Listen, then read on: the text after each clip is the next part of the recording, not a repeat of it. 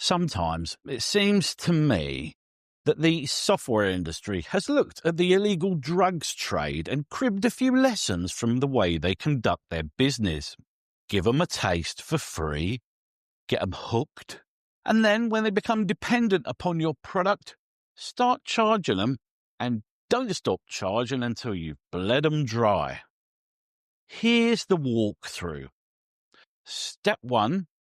They've created powerful AI tools, and for the most part, the use of those tools is included in the original purchase price. Step 2. They've become a consistent part of many photographers' workflows, and photographers have become reliant upon them. Step 3. Even though they've got you paying a monthly fee or annual fee for the software, they're now going to start charging you extra to use all those awesome tools. Welcome to the AI revolution. Bring a credit card and 2 forms of ID.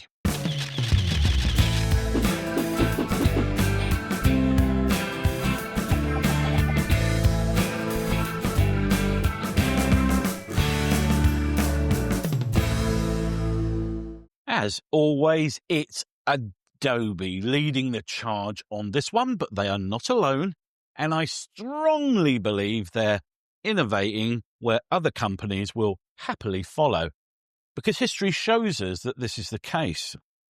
Yes, not content with bleeding their loyal customers dry with inflated subscription fees, Adobe are now ramping up their profits by charging customers to use the same AI tools they've already been invoiced for. You've got to admire the sheer audacity of it, the balls to charge their customers twice for the exact same thing. By now, Adobe's AI tools are hard to miss, but nowhere are they more visible than in Photoshop. Generative Fill, Generative Expand, Generative Crop, Sky Replacement, Super Resolution, Enhanced Subject Masking, Smart Portrait, Super Zoom, Colorize. Once you start adding them all up, you realize just how AI-heavy Photoshop is these days. And up until recently, the use of all those tools was included in the stupidly expensive subscription you paid to Adobe. But friends, that's all about to change. All users on the various Adobe subscription plans are allotted a certain number of inclusive generative credits each month. And the speed with which they use those credits will depend entirely on what plan they're on and how hard they lean into AI in their post-processing. Some AI tools are free to use, some incur a small charge of a couple of generative credits, and some premium features charge a large number of generative credits on a per-use basis. Typically speaking, the free tools use an older kind of AI processing, commonly referred to as machine learning, and these have been around for a lot longer than you might imagine. For example, the old content-aware fill tool, which was the go-to removal tool prior to the introduction of generative AI, was first introduced in Photoshop CS5 all the way back in April 2010. Yes, legends, we've been using AI to fix up our photos for at least 15 years. Does that surprise you? I know it seems like quite a recent thing, but Adobe have been on it from the very beginning. Auto-tone, auto-contrast, and auto-color are all built using Adobe's Sensei machine learning models too, just for the record. So we've all had AI in one form or another for some time now. And where one company innovates, other companies follow. There aren't many commercial photo editors out there, if any, that have no machine learning or AI tools at all. It's only in the open source community that you'll find apps like Darktable that are completely free of AI. We've all been conditioned, myself absolutely included, to depend on advanced tools that either take the drudgery out of old tasks or let us do things that we couldn't do before. I can remember when Adobe first introduced content-aware fill, because it honestly felt like magic. Previously, of course, there was the good old rubber stamp tool, which had been in Photoshop from literally the very beginning. It was a crude tool, but At the time, back in the day, it felt every bit as revolutionary as generative imaging. That tool was slowly iterated into the healing brush, then the patch tool, and then in 2010, that content-aware tool. I use content-aware fill to fix up minor issues with my photographs to this day. I nearly always prefer the outcome to that of generative fill, and it doesn't feel like I'm cheating, tainting myself with filthy AI, even though I actually am. Other machine learning or AI tools are now a completely standard part of the majority of photographers' post-processing workflows. Who doesn't love AI denoising and the way it has liberated a million previously buggered high ISO photos? How great is it that I can create a beautiful looking sky mask by clicking a button called Sky Mask? How brilliant is it that I can not only remove a distraction but seamlessly replace it with some perfect invented background within seconds? And it's not just Adobe's customers who are now generative junkies itching for their next fix of pain-free, straight to the pleasure dome, fast-acting, rapid relief computational sleight of hand. Affinity Photo, Capture One, Pixelmator, Photomator, Acorn, On One Photo Raw, Luminar Neo, DxO Photolab, Topaz Photo AI, PaintShop Pro, even apps that once swore fealty to traditional editing workflows are now dabbling in the algorithmic dark arts. 10 points to Slytherin.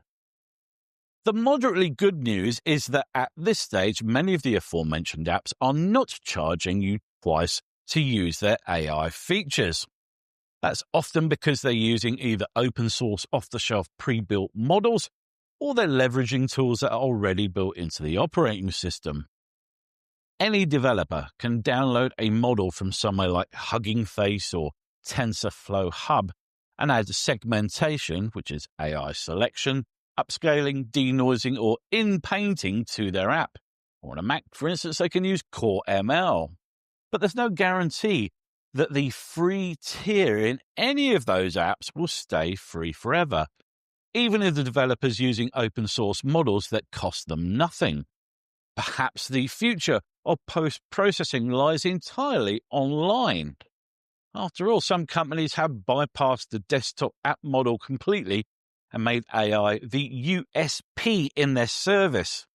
Imagine AI, Aftershoot, Retouch for Me, Voto AI, and Remove.bg. I'm looking at you. So we're all, hush now, Darktable users, we're all hooked, and there's no chance we're getting clean. So now that we're all crawling around the room, shirtless, in our underwear, smearing cheeseburgers over our chests, that's when the grift begins. It's Adobe, ever the poster child for late-stage capitalism, spearheading this shift to this pay-per-use model for AI tools. And if you're confused about how much it will cost you, they have put a really cute explanation on their website.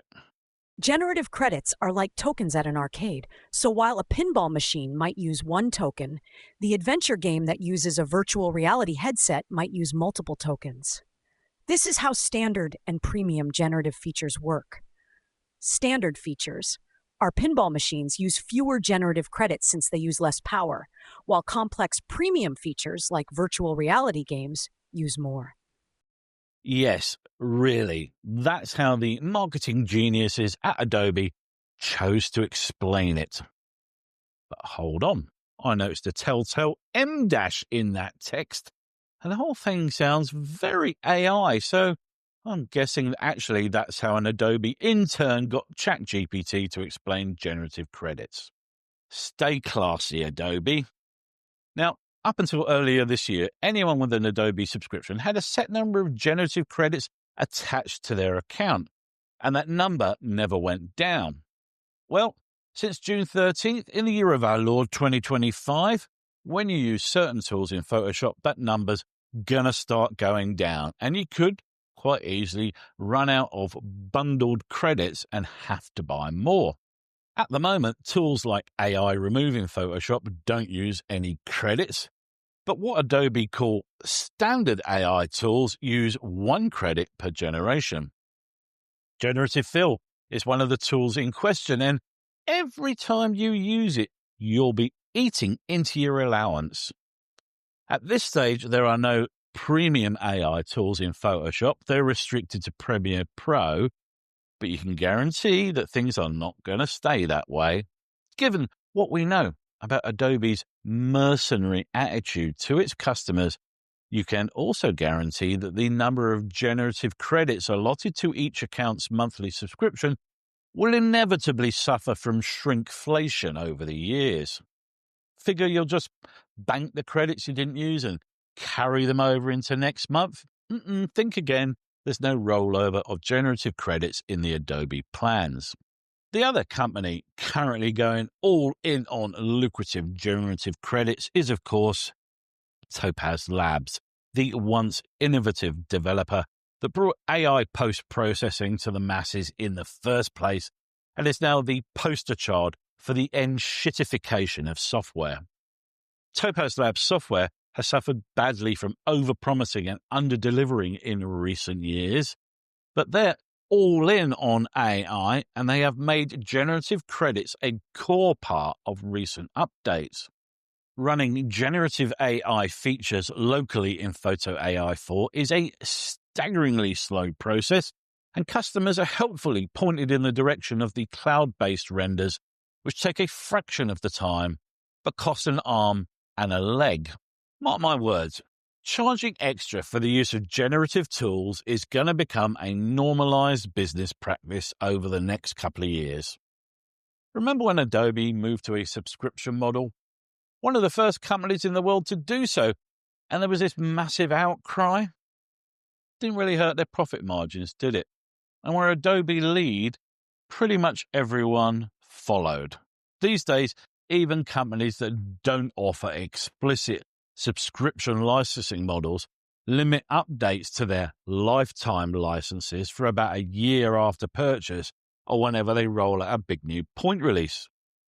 Canva, the company that owned the Affinity desktop apps, have introduced a generative credit system to their online editing system. On One have a bring your own key option in On One Photo Raw so that you can choose to process photos with the generative erase and crop tools using purchased API credits with Stability AI. Such is the interest in AI tools in post-processing apps like Photoshop and Lightroom that companies are under huge pressure to bring those same tools to their apps. Who will be the next company to put their generative tools behind a pay-per-use paywall? Capture One, perhaps. The app is owned by a venture capital fund these days, after all, so it sure as shit wouldn't surprise me. It's only a matter of time before other companies recognize the financial bounty that awaits them if they introduce generative credits.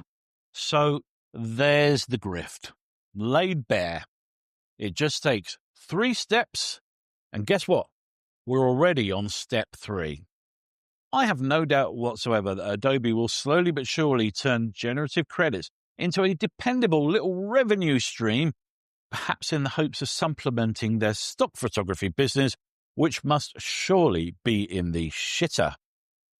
As always, we're all, and yes, I fully include myself too, complicit in these schemes because we took the bait.